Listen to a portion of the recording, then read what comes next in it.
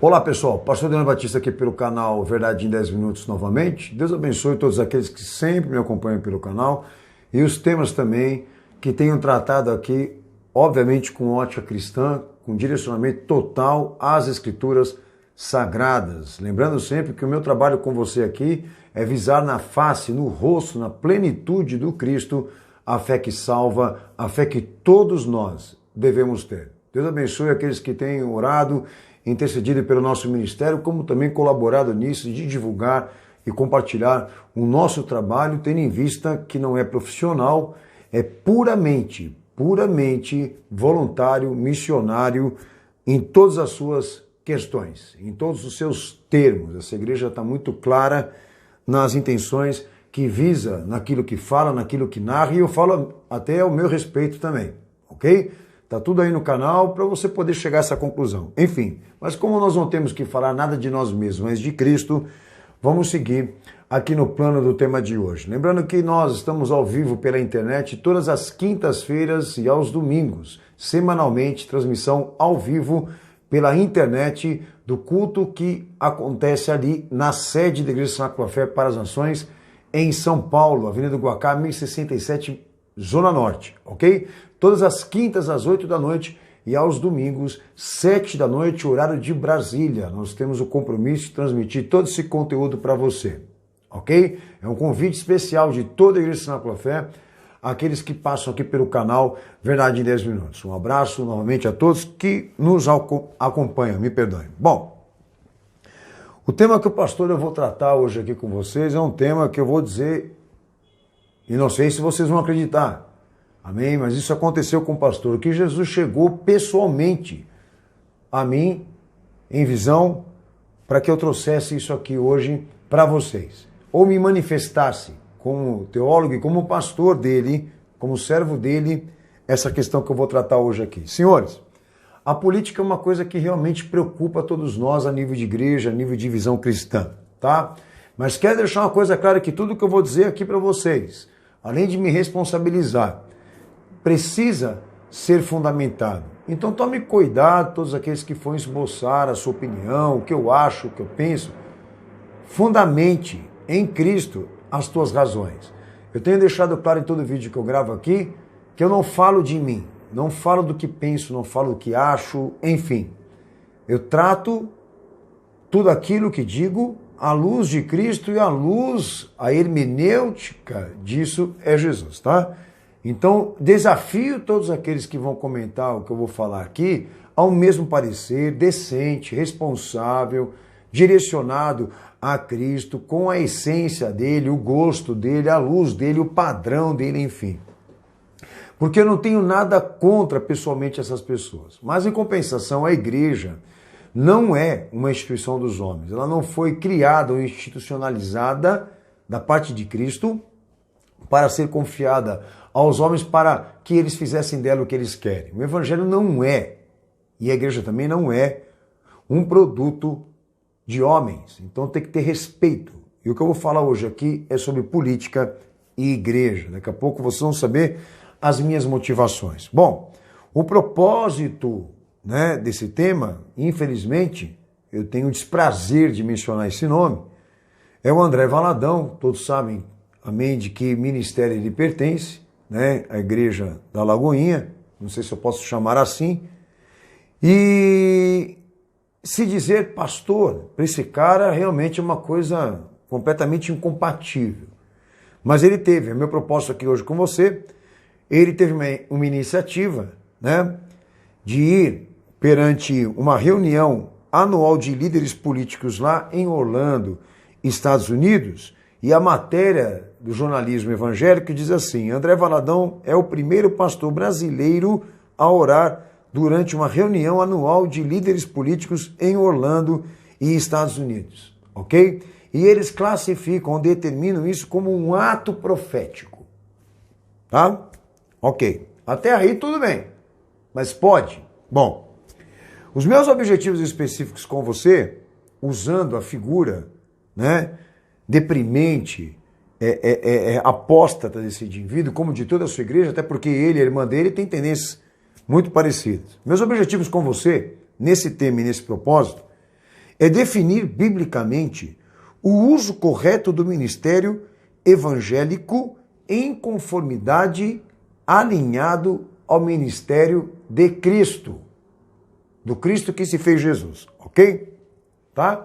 Porque esse padrão precisa ser provido por ele, não dos homens para ele, mas dele para nós, porque é dele. Bom, tenho defendido toda vez que eu entro em temas de política, já fui processado por João Campos, já fui processado por Daniel Mesac, que são figuras altíssimas da Igreja Assembleia de Deus Madureira, por causa desse tema aqui. Enfim, tem uma briga aí, longa e extensa na minha biografia como pastor, na minha caminhada histórica como pastor, de figuras desse tipo que não querem ser abordadas, que não querem ser julgadas naquilo que agora representam ser ministério, tá? Então eu tenho defendido para vocês, eu vou falar um primeiro ponto aqui que eu quero que vocês reflitam. Reflitam. Tenho defendido uma fé bíblica, não uma fé filosófica. Será que eu estou errado no que eu estou falando aqui? Cristo precisa ser o autor dessa determinação. O padrão foi instituído nele. A hermenêutica disso é Cristo. Então todo o conteúdo, tudo aquilo que se formula, que se prepara para a fé, tem que vir dele e o padrão disso precisa ser ele. Eu tenho dito constantemente e volto a ratificar, a reiterar. O conhecimento de Deus, ou tudo aquilo que falamos sobre Deus, isso é teologia, se apoia num ato livre e supra-humano, ou seja, tudo aquilo que Deus entende que o homem tem que saber sobre ele, ou tudo aquilo que Deus determinou que o homem precisa praticar para se salvar ou participar de sua graça, sua misericórdia, tem que ser de um ato livre do próprio Deus, sem influência humana, sem representatividade humana, tem que ser supra-humano. Jesus é isso, ele é a plenitude da divindade entre os homens. É isso que a gente define como conhecimento de Deus. A igreja vem disso. Segue a ordem, primeiro Cristo, depois o Evangelho, depois a igreja. Estão alterando esse fator. Mas como assim, pastor? Estão determinando que o Evangelho veio da igreja, que o Evangelho foi escrito pela igreja. Senhores, o Evangelho nas Escrituras, ele é Cristo encarnado. O Evangelho que cremos está narrado pela face do próprio Filho de Deus. A igreja não pode se tornar referência disso. Nós somos servos, nós não somos autores. Nós somos conservos, não somos dono de nada. Então tá aí o pastor Daniel, sai por aí fazendo o que quer, falando o que quer, em nome de Cristo, em nome de Deus e tudo mais, e ninguém vai se preocupar em saber se é bíblico, se é correto, se é canônico, se é verdadeiro, se é certo. Como um ato profético. O que vocês entendem por ato profético? Ir lá persuadir Deus a cumprir aquilo que eu determinei em oração, naquele lugar, naquele espaço, entre aquelas pessoas? Isso é coisa de idiota. E, obviamente, ele, de oportunismo puro. Porque ato livre significa o seguinte, o que Deus determinou, sem influência humana. Então eu quero conhecer isso, pastor. Isso é fé. Eu quero ter esse contato com a verdade absoluta, plena, divina, gloriosa. Então não deixe que os homens interfiram. Agora, enquanto você lê a Bíblia como um mero livro histórico, enquanto você lê a Bíblia como um escrito de autores e de homens da história, você erra, você peca, porque Jesus não pode se misturar a ninguém e a nada, porque ele é supra-humano. O nível disso ninguém atinge. A esfera disso o homem nenhum chegou e marcou a história. É isso como nós definimos conhecimento de Deus, como aquilo que foi dito por ele ou narrado pelos seus atos. Amém? Jesus é isso. E eu tenho dito sempre, o problema da igreja hoje é que ela não escuta o bom pastor. Segundo ponto. Bom, ato profético. Uso de perspectiva da fé. eu tenho uma esperança, eu tenho uma visão futura, eu estou prevendo que alguma coisa vai acontecer, etc, etc. Eu tenho uma receita para te dar. A esperança é uma virtude, senhores, que não pode estar de maneira nenhuma separada da revelação. É uma virtude que ela sai, que ela vem da fé que foi pronunciada por Jesus. Então é um ato profético. Viram e nele um ato profético. Agora, um ato profético bíblico está condicionado às atividades, aos anunciamentos registrados por Cristo, registrados pelas Escrituras Sagradas. Cada uma dessas pronúncias, escatologia é isso. Então eu vou fazer a minha perspectiva de fé, eu vou gerar uma esperança para a minha comunidade, eu vou achar que eu sou capaz de gerenciar algumas coisas que se esperam, ou que nós acreditamos que vai acontecer, o que vai acontecer, o que se espera, o que se determinou para o futuro, foi pronunciado por Cristo. Então, qualquer esperança que seja separada disso, dele e da fé, qualquer coisa inversa a isso, tá? Eu tenho dito e falei isso do Cabo Daciolo, inclusive. Contempla uma esperança psicológica, poética, otimismo puro, é fraca, é débil, é desesperada, é fantasma, é utopia. Porque eu não estou pronunciando o que ele disse, eu só estou gerando expectativas. É otimismo, isso é psicologia religiosa. Estou aqui para fazer uma oração, para determinar que a economia dos Estados Unidos, eu vou chegar nesse ponto já, que os Estados Unidos se torne uma potência, que os Estados Unidos seja um país livre, blá, blá, blá, blá, blá, blá, blá. Ó, primeiro você precisa de padrão em Cristo para te provar, para provar se você tem licença para isso. E segundo, você precisa estar por dentro do que ele pronunciou e falou sobre esse mundo para se alinhar a isso. Agora, qualquer otimismo, ou qualquer perspectiva, ou qualquer esperança que esteja separada daquilo que ele falou, ou da fé que ele determinou, amigo, é pura psicologia. Eu falei isso aos senhores, e tenho dito, é isso que vocês têm que dizer para eles. Para eles. Bem, como que o senhor pode defender uma fé bíblica, pastor? Primeiro, aquilo que nós definimos como conhecimento de Deus tem que proceder de um ato dele. Falei isso aqui, é o princípio supra-humano, tá? Tem que partir dele a determinação. E é disso que sai a nossa fé. Ponto final. Romanos 1, 18 ao 20, Mateus 11, 27, me perdoem, João 7, verso 28 ao 29. Primeiro ponto para se fundamentar, princípio e critério do conhecimento de Deus. Segundo, tá? Jesus, ele mesmo é o fundamento essencial disso tudo, do que pensamos, do que falamos, do que ensinamos, do que determinamos dentro de uma igreja, tá? Jesus é o fundamento essencial disso. João 6,57, ele pediu. João 17, 17, João 3, 24, João 15, 22. Esse é o segundo ponto. Terceiro ponto, tá? Exceto por ele, pode ser discernido.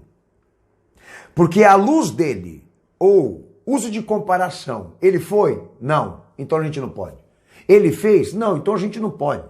A hermenêutica é Cristo, é a luz dele que nós nos inspiramos, ou seja, a exemplo dele, é padrão que nós seguimos fé.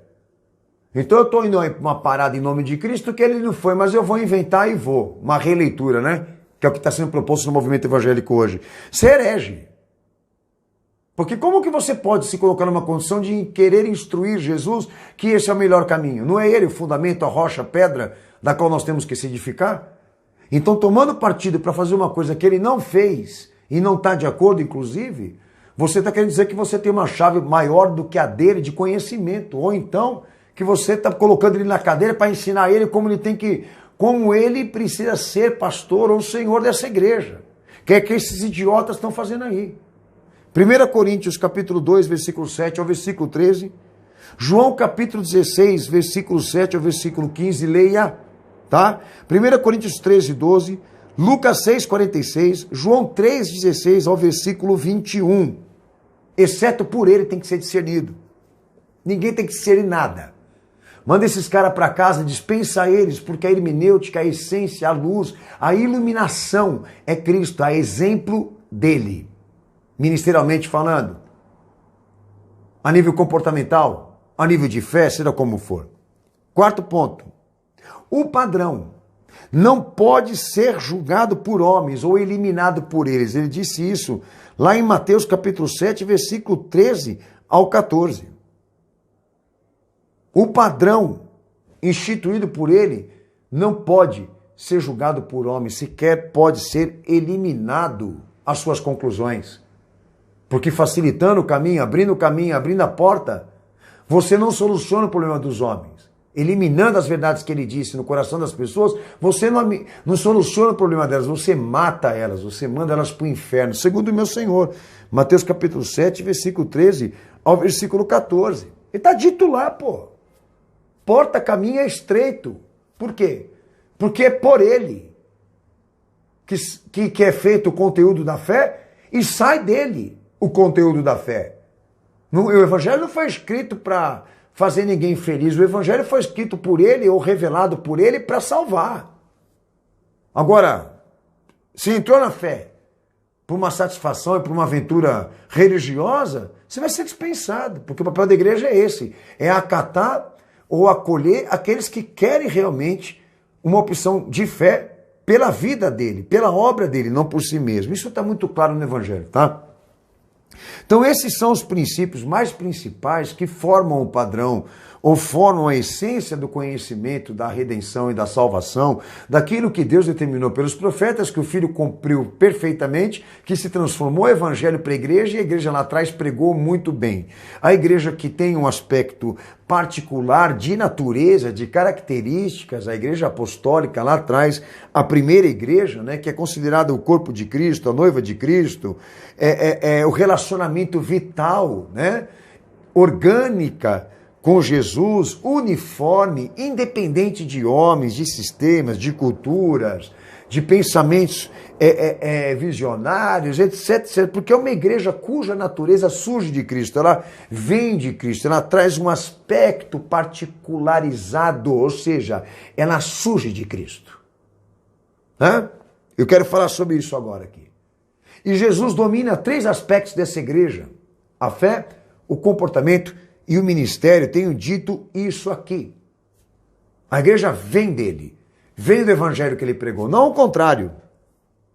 Dentro de uma unidade, de um caráter, de uma santidade, de um testemunho, de um ministério, de tipos de membros, como segue Efésios 1, 22, Efésios 5, 23, 24, me perdoe, Efésios 4, 3 ao 14, Colossenses 1, 18, 1 Coríntios capítulo 11, versículo 3, qualidades, virtudes, tipos de comportamento, um padrão instituído nessa igreja que Cristo abriu, que vem para nós como desafio de repetirmos isso.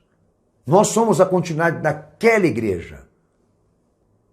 É isso que a Bíblia determina, que a visão disso é ininterrupta. Ela não para, ela não se fecha, ela é um padrão, falando sobre a igreja, tá? Então traz a mim características e qualidades do que aconteceu lá para comparar aquelas que estão aqui. Isso é normativa, isso é metodologia, isso é padrão de inspiração, etc, etc, que a Bíblia recomenda, que o próprio Cristo recomenda. Agora, dentro de uma visão científica, agora falando do mundo moderno, da visão contemporânea, chegando, né, a uma visão científica, dentro desse contexto da igreja que Jesus quer que esteja dentro de nós e em atividade hoje missionária e ministerial. Bom, chegando a uma visão científica disso, dentro desse contexto, se eu sentir falta ou ausência desses valores absolutos do que está acontecendo hoje nas igrejas, como que eu tenho que julgar isso, pastor? É simples. Não tem igreja. Tem que fechar ou tem que mudar. Está lá as 7 igrejas na carta de Apocalipse que Jesus ele foi muito evidente. Ali muito claro. Ali no que ele estava querendo de cada uma das 7.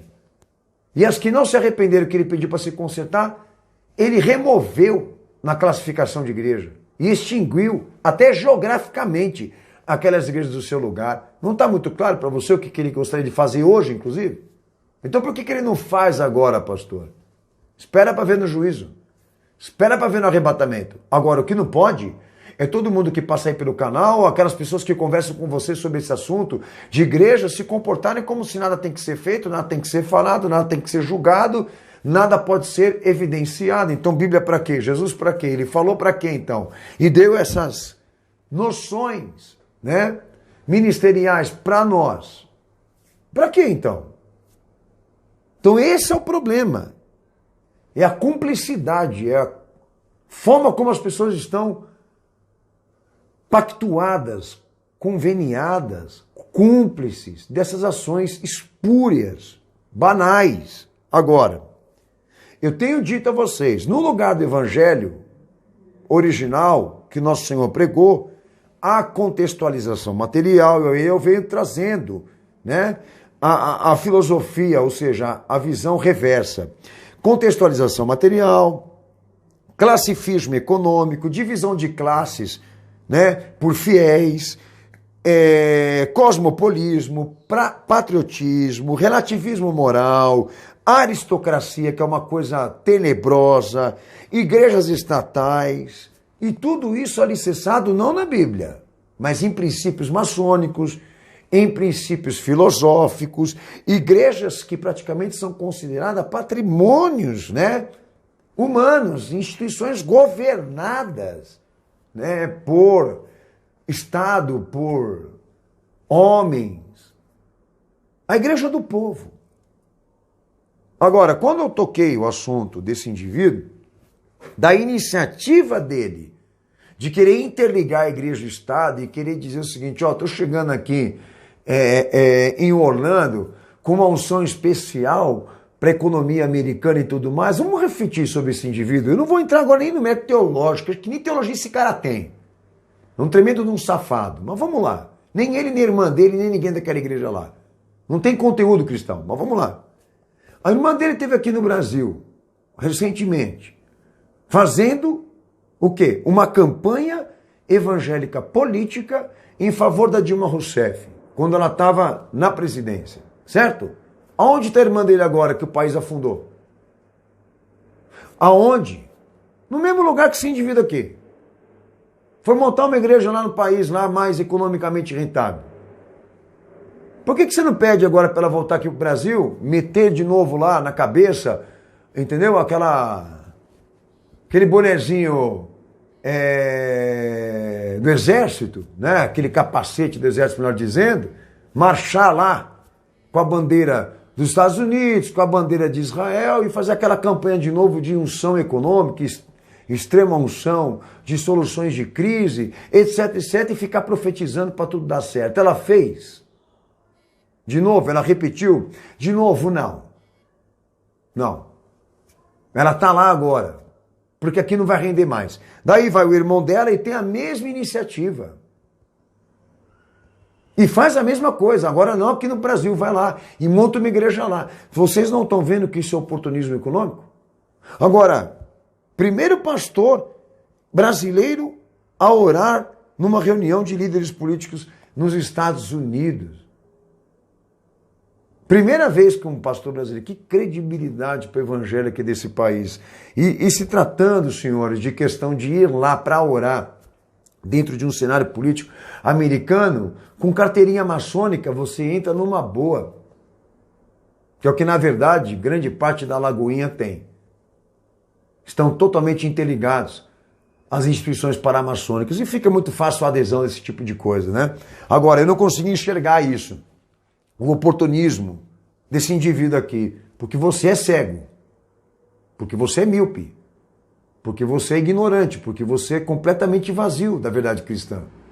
E fica fácil a promoção desses parasitas aqui no cenário da tua ignorância. Agora, qualquer um que tenha conteúdo cristão, qualquer um que saiba ou que sinta o cheiro verdadeiro de Jesus, olha para essas motivações ou essas atividades e sabe muito bem para onde elas estão querendo levar. Porque eu queria ver ele lá Na África do Sul, no Senado ou lá no parlamento dos africanos, querem montar uma igreja para ficar lá, para fazer esse tipo de oração aí. E não vai. E muitos casos iguais a esse vão se repetir no nosso meio. Pastor, o que o senhor está propondo? Minha gente, eu estou propondo que vocês dividam. Aquilo que é de César, o que é de Cristo é de Cristo. O que é dele, ponto final. E homem nenhum nessa terra tem o direito de usar a prerrogativa como quer. E essa releitura que estão propondo da igreja, do evangelho, no sentido geral da igreja contemporânea, tem que ser repudiado e condenado por você.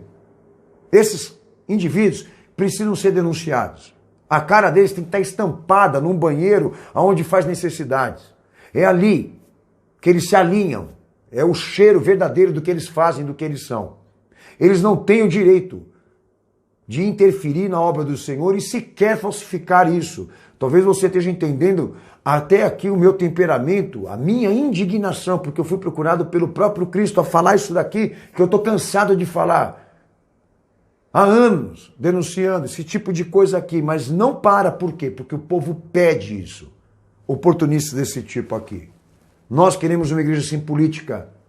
Nós queremos uma igreja para Cristo, onde se possa pregar o evangelho verdadeiro e orar e clamar com fé nesse coração. Deus abençoe vocês, orem por isso e lutem por isso. E não admitam que a igreja seja tirada do nosso Senhor como as almas também. Deus abençoe vocês. Até o próximo tema, se Jesus